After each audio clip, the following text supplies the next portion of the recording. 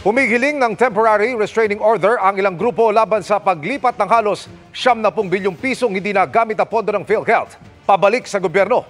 Labag umano ito sa batas. Nakatutok si Salima Refran. Nagpasaklolo na sa Korte Suprema ang iba't ibang grupo at concerned citizens para pigilan ang paglipat ng gobyerno ng halos 90 billion pesos na hindi nagamit na pondo ng PhilHealth papunta sa iba't ibang proyekto ng pamahalaan. Kasama sa mga petitioners si Senate Minority Leader Coco Pimentel pati ang Philippine Medical Association. Humihingi sila ng TRO o Temporary Restraining Order pati na writ of preliminary injunction laban sa pagpapatupad ng Department of Finance Circular 003-2024. Naniniwala po tayo na ang provision na ito ay unconstitutional at inconsistent sa mga batas na mayroon na tayo, lalong-lalo na sa usapin ng Universal Health Insurance. Nakalaad sa batas na ang pondo sa PhilHealth ay dapat gamitin lang sa dalawang bagay: pagpapaganda ng ating serbisyong medikal at second, pwedeng ibaba ang ating premium. Yun lang, walang iba. Git ng petitioners, malaking kalapastangan na gamitin sa ibang mga bagay ang pondo ng PhilHealth na para lang sa kalusugan.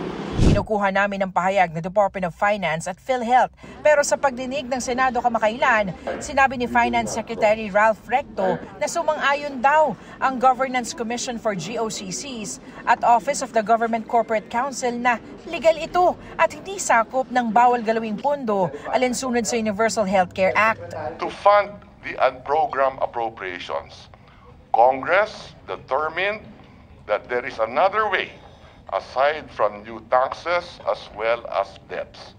At ito ay sa pamamagitan ng pagkolekta sa mga natutulog at hindi nagagamit na pera ng GOCCs na binabayaran pa natin ng interes.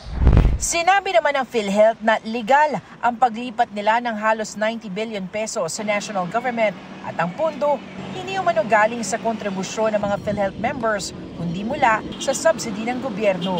There's still a remaining 500 billion po sa PhilHealth, no? So it doesn't mean na dahil nawala yung 90 billion, mawawala ng pera yung PhilHealth. Para sa GMA Integrated News, Salima Refran, nakatutok 24 oras.